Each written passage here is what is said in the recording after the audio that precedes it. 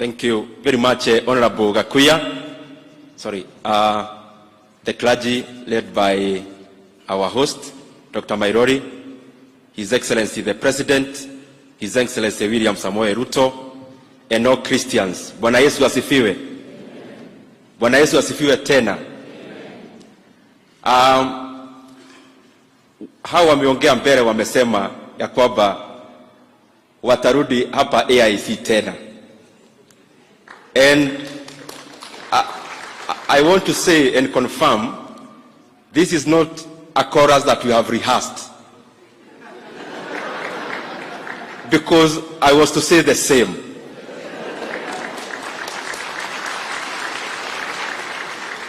Na ile kitu mimi imeniguza sana katika AIC, especially hapa Milimani.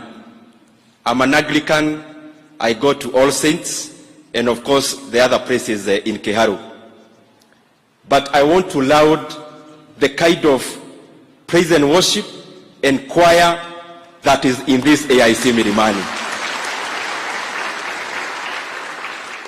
I almost thought Honorable KJ will enlist to one of the choirs because they are lovely, to say the least. Very nice. We feel very blessed. I also want to thank Reverend Munyambo for that very great sermon.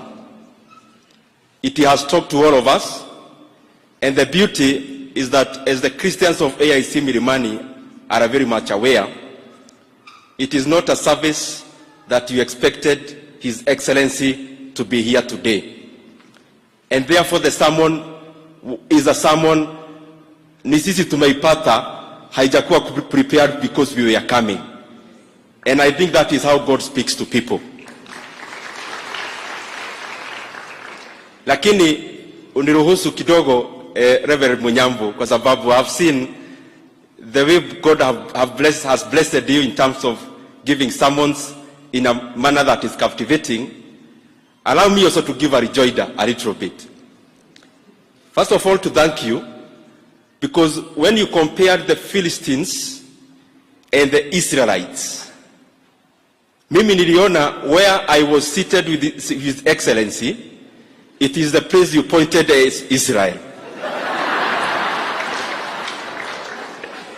And therefore, those people who are not this side, I think they are Philistines, but I don't want to say which side they are.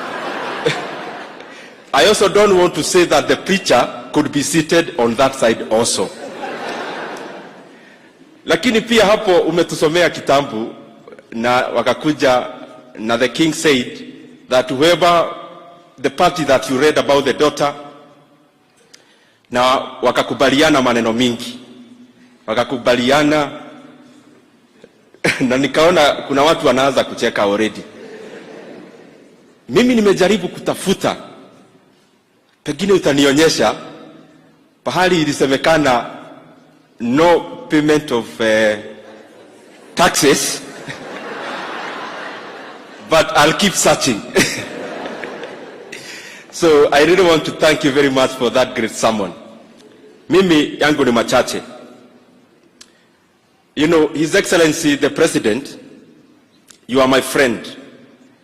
And I know for sure, as Honorable for Kasarani has said, our captain, that God always chooses the right tool at the right time for the right job.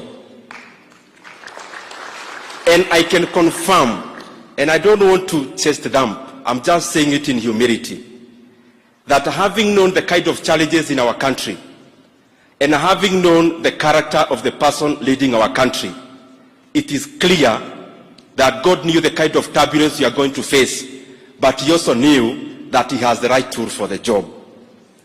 The country needs a very resolute person and a very bold person, and I am sure we got the best. And His Excellency, Your Excellency, when I was in class 6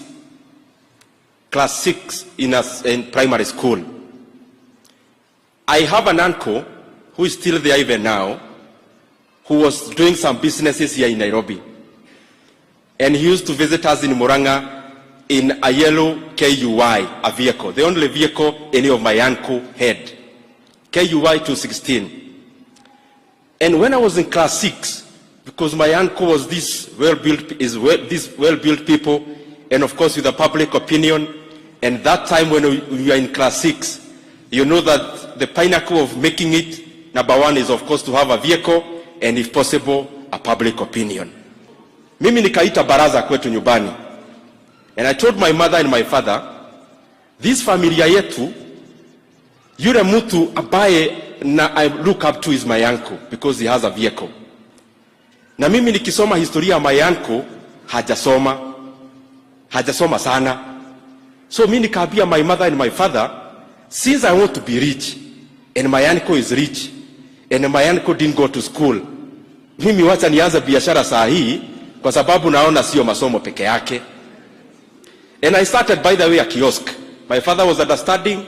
I started a kiosk, my first kiosk in class 6. Unfortunately, by the time I was reaching class 7, a boy who was becoming number 2 was depreciating. So my father, of course, told me to ward up the shop, and that was the first comma of doing business.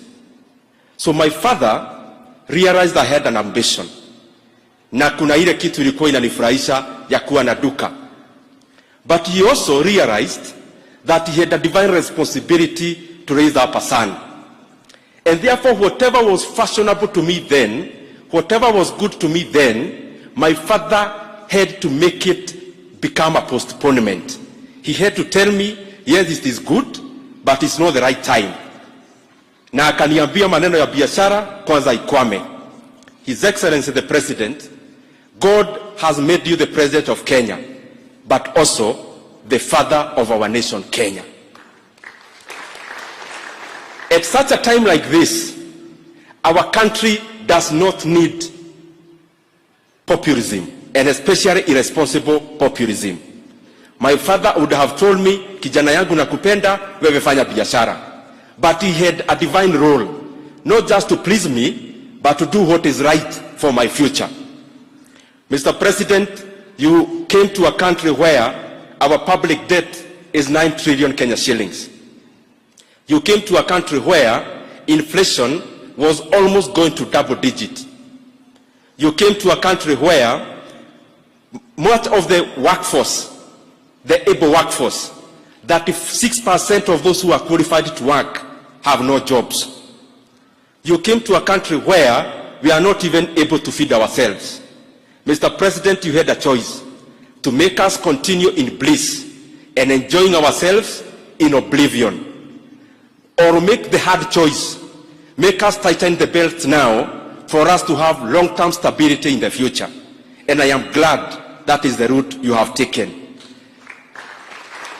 And I want to request my fellow patriots, my fellow countrymen, it is very easy for a president to please the nation. Very easy. We may not even have to pay taxes. We may not have to do too much. But then what are the kind of countries that are in that kind of situation? And I want you to compare all the countries with very low taxation. We compare with their standards of life. And I agree, and you agree with me, the president has chosen the stability side. And after doing that, what is the situation now? Some of our peers in terms of countries, a country like Turkey, which is part of OECD countries, rich countries, their inflation rate is over 70%. Some of our neighbors here, and I can't mention names, their inflation is above 33%. As we talked last year, the inflation of Kenya is currently 7.9%, and it is headed even lower, and especially after the blessing of rains. And therefore, Mr. President, may I beseech you as a leader, I know that as a human being, I have to be compelled to do my bit. But your obligation is bigger than my wish now. And I plead with you, wewe ukwame hapo kwa future ya Kenya, kwa sababu in a year or two, Kenyans will appreciate the reason why we have to tighten our belts. The other thing, nasitaki kuongea mengi, I have heard many stories out there. People say, you know, we had subsidies, this at the time, we had subsidies that at the time. I am the chairman of budget in the National Assembly. And I want to confirm to the Kenyan people The subsidy you hear that was there, the subsidy in terms of oil, the subsidy in terms of unga, I can confirm even the subsidy of oil is being paid by none other than His Excellency William Ruto and this administration. What we enjoyed then is postponed subsidies. Enjoyment was then, the payment is now. As we talk, even the subsidy we enjoyed last year, 40 billion shillings in subsidies of fuel, it is being paid by this current administration. And therefore, we are not trying to blame anyone, but it is responsible for us to tell the Kenyan people where we are so that we also appreciate where we are headed.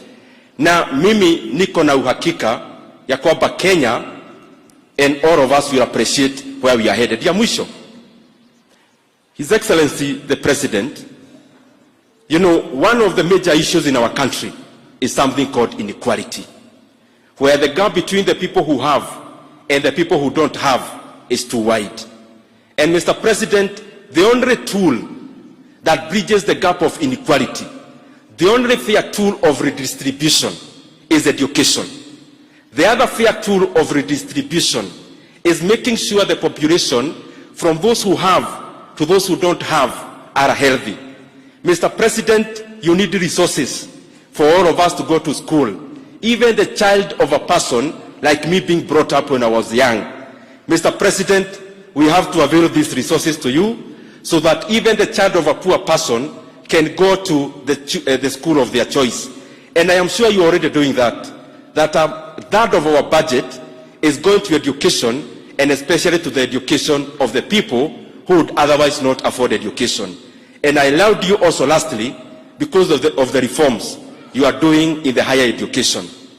I want to show the Kenyan people that previously, you know, the majority of the people who are dejected, their children go to day schools. In the recent past, over 5,000 schools in Kenya have not producing even a single student to proceed to universities. The people in day schools are not the people who would afford private universities. And the reform the president is bringing is to ensure even that child in day school, somewhere in Karachuonyo, somewhere in Ukabani, somewhere in Murang'a, they also have got an opportunity to be what they can be in life. Mr. President, we allowed you. Na hayo mengi, it is my singular honor and unprecedented honor to welcome the President of the Republic of Kenya, His Excellency William Samoei Ruto. Karibu sana rais wetu na baba wa taifa.